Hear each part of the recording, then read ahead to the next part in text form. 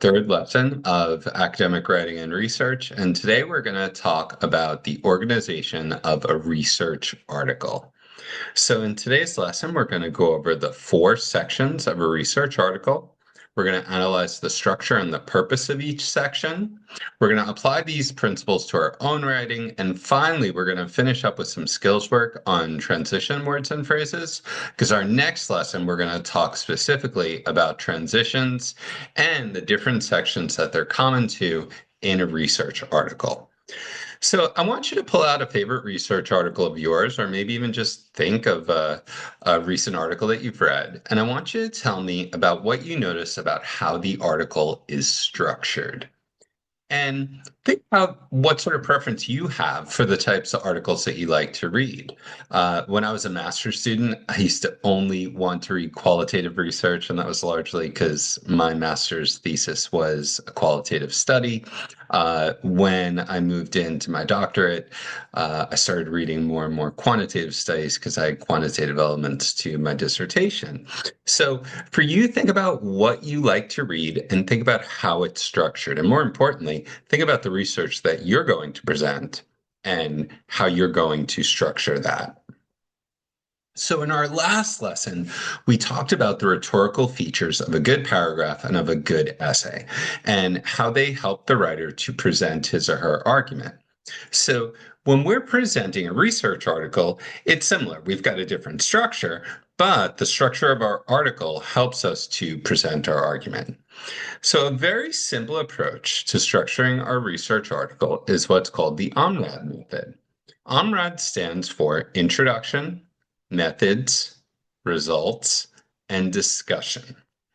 Now, as you look at these four sections, do you notice something missing here? Something that is very, very important to our research?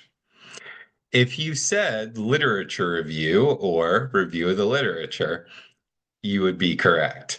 When we're writing our thesis or our dissertation, we would normally have those 5 chapters, our introduction, then our literature review, then our methods, our results, and our discussion. Now, we may, depending on the structure of the journal that you're writing for, we may include a bit of background on the literature in the introduction section. So again, it's going to depend on the requirements of the journal that you're writing for or wherever you're trying to publish your work. So let's talk about each section. So first, the introduction. In the introduction, we're going to state our problem or whatever our research question is. We're going to provide some background on the problem, and we're also going to talk about the significance of our study. And then we want to end with the objective of our research. What is it that we're trying to do? So, as I said, we may include a review of the literature, a brief review of the literature in our introduction. So, if you're writing your thesis or your dissertation now, I want you to think how your literature review in your thesis is going to be different than the literature review in your research article. Now, in America, we call the master's study a thesis and the doctoral study a dissertation. I remember when I was studying in Australia, your master's study was your dissertation and your doctoral study was your thesis. So those terms can be used interchangeably, I understand. But when we're writing, whether it's master's work or doctoral work, when we're writing our literature review, we're usually starting very, very broad and we're funneling that down to get to our research question. Whereas in a research article, we've got to think about the constraints we're faced in terms of the length of the article. We don't have 100 pages or 150 pages. So we've got to try to be succinct. And with that in mind, we have to really focus on the literature that's relevant to our study, specifically relevant to our study. So I've got 2 sample introductions here. And the first one is a very, very weak version. Online learning has become popular. Many students take online courses. Some studies say it helps students learn, but others disagree. This paper talks about online learning. So The tone is not a very scholarly tone. The author doesn't make use of transitions, and of course, it's very short. We do want to focus on brevity, but not to that extent. So, the second version says, with the rise of digital education, universities worldwide have integrated online learning into their curricula. So, right there, I see why this is a significant study. However, the effectiveness of online learning compared to traditional classroom instruction remains debated. So there's a problem right there. Okay, there's still some debate surrounding this. Recent studies suggest that while online learning offers flexibility, it may pose challenges in student engagement and interaction. And they cite the research, Smith 2022. So again, we're adding to that problem, we're establishing that problem, and we're citing prior research. And then the author ends with a great thesis. This study examines the impact of online learning on student engagement, analyzing participation rates and academic performance across virtual and in-person settings. So I think that's a good thesis. There's a little bit I might change here. And again, this is very short. But I think this is pretty good. I have a question about academic performance. I would assume this is tied to the effectiveness of online learning.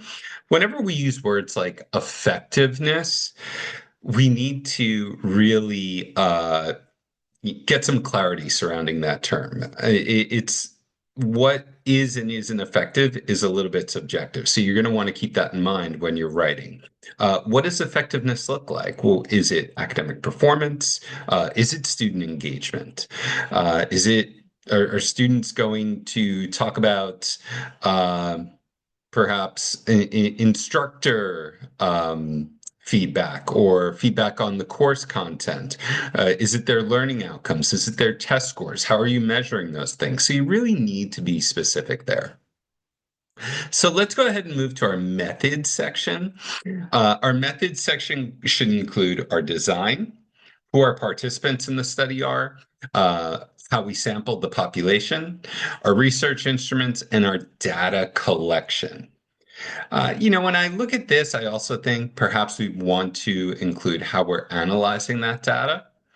And, when we think about the difference between our thesis and our dissertation and our research article, remember, just like our introduction and our lit review, our method section is going to be slightly condensed. So when you're writing your dissertation, you're writing your thesis, you're probably going to have to justify all of your choices. And again, don't listen to me, listen to your advisor. They're the ones who are the boss in this process. So, for me, my advisor said, you need to do this, you need to show this, and you have to justify everything that you do. You don't have the space in a research article to do that, so it's usually not necessary. So here we have a very weak sample of method section. This study used surveys to collect data from students. What kind of surveys? How many students? The data was analyzed to find patterns. How was it analyzed? What patterns? Some interviews were conducted. Some is very non-specific. How many interviews? What type of interviews? Structured, semi-structured? The study aims to see if online learning is effective. Again, define effectiveness for me. I don't know what that means. So here we have, I think this is a pretty good method section. We've got our participants and our research design. The study employed a mixed methods approach. So right there, we have an indication on what type of research design it was. Combining quantitative surveys and qualitative interviews to examine student engagement in online learning. The sample consisted of 200 undergraduate students from 3 universities. Okay, so now I know how we're sampling the population. They were randomly selected from institutions offering fully online courses. Participants were categorized based on prior online learning experience. Then we go to our data collection and procedures. Surveys were administered using a standardized questionnaire assessing engagement levels, academic performance, and participation frequency. So I like that. There's a lot of information there. It's very rich. The survey contained 20 Likert scale items measuring self-reported interaction and motivation. Additionally, semi-structured interviews were conducted with 15 students to explore their experiences and perceptions of online learning. Interviews were recorded and transcribed for thematic analysis. Fantastic. The only question I have looking at this is perhaps how were the 15 students selected? It doesn't really give us any background on that. As for data analysis, quantitative data were analyzed using descriptive statistics and a multiple regression model to identify correlations between engagement levels and academic outcomes. Okay, I might want a little bit more specifics regarding statistics. I also want to know what type of software was used. Was it JASP? What type of statistical software was used?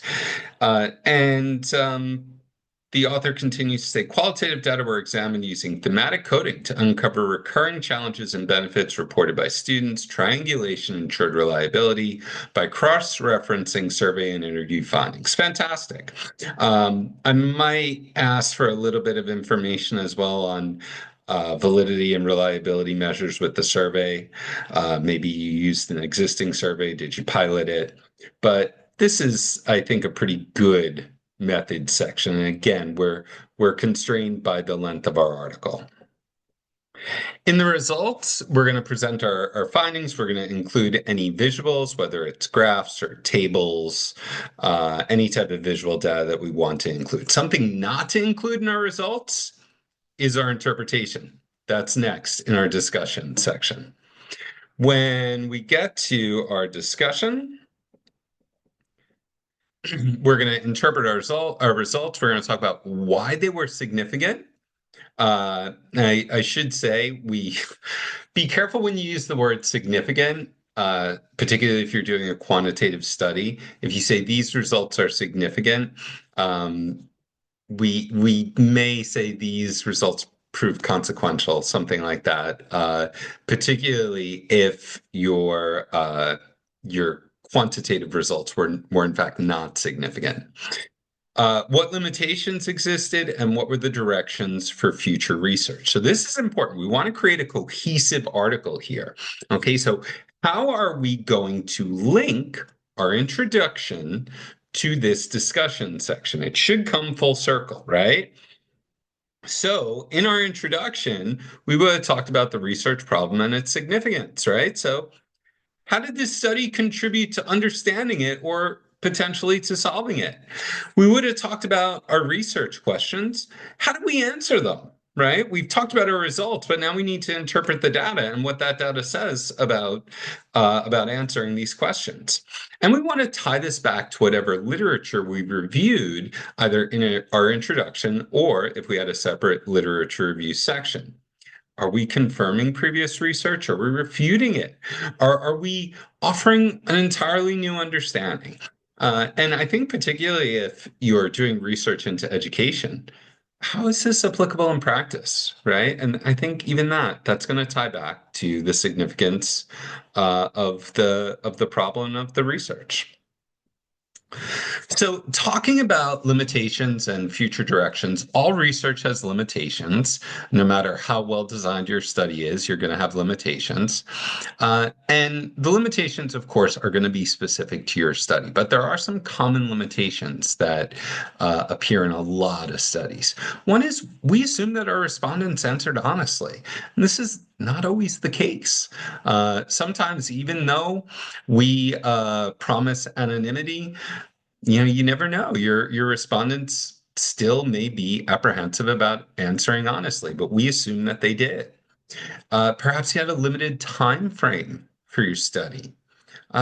Your sample size. Does this limit the generalizability of the study?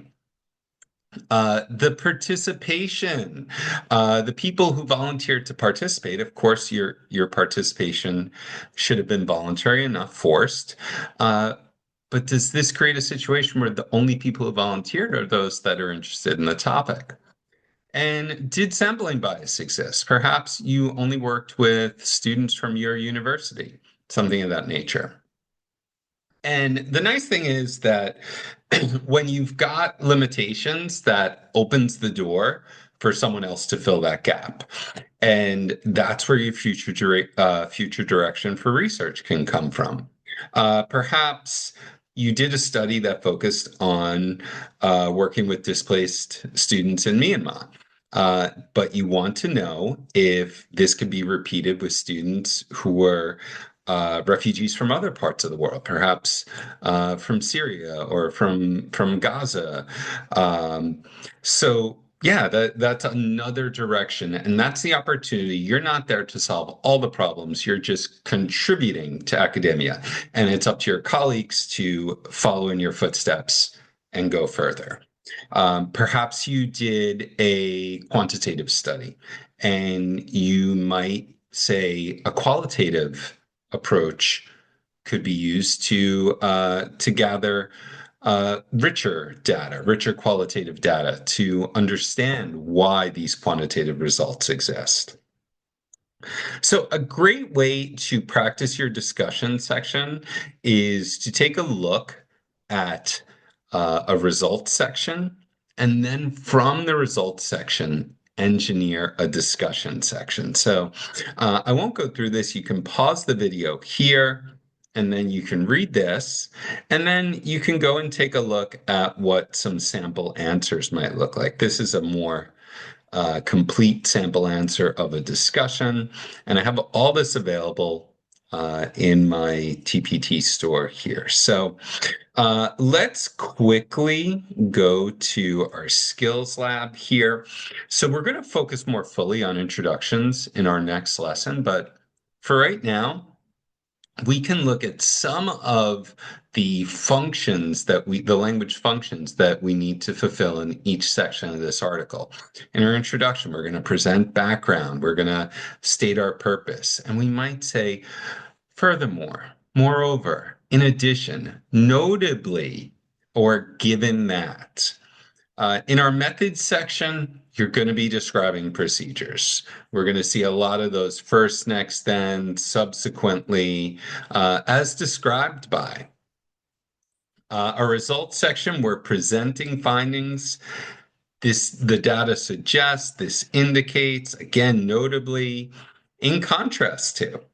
And in our discussion and our conclusion, thus, therefore, consequently, as a result. So we've got a lot of cause and effect words here. This supports the idea. This refutes the idea. Okay.